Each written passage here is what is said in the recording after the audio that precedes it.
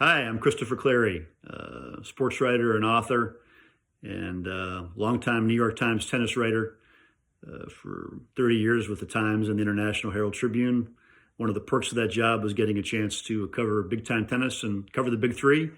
My book on Roger Federer came out in 2021 called The Master, became a New York Times bestseller, and got a lot of different editions issued around the world. And my new book on Rafael Nadal is coming out on May 13th in North America and May 15th in the UK and around the world.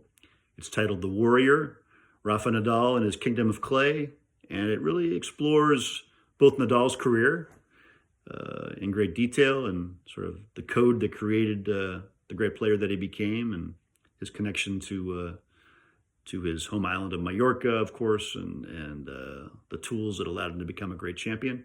But it also, and I think this is what sets the book apart from the usual sports biography, is that it also really explores in great detail the French Open, the tournament that he won an insane 14 times, which is still insane having watched all of it along the way, year by year.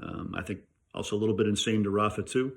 And it also explores the surface the French Open is played on, clay.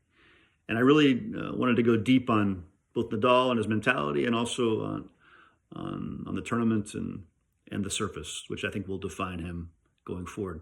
Of course, it's not only Rafa's only skill. He won 8 majors on other surfaces: U.S. Open, Australian Open, and Wimbledon.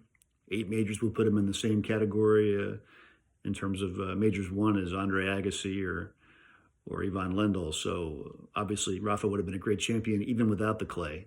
But with the clay, he goes into a whole other level. And I think what sets this book apart is it really tries to understand the place and the impact on the man, and the impact on the place, and how ultimately they came together and became, I think, linked forever, as long as we care about sports, and certainly as long as we care about tennis. So I hope you enjoy it, and I look forward to hearing from you about it. Thanks so much.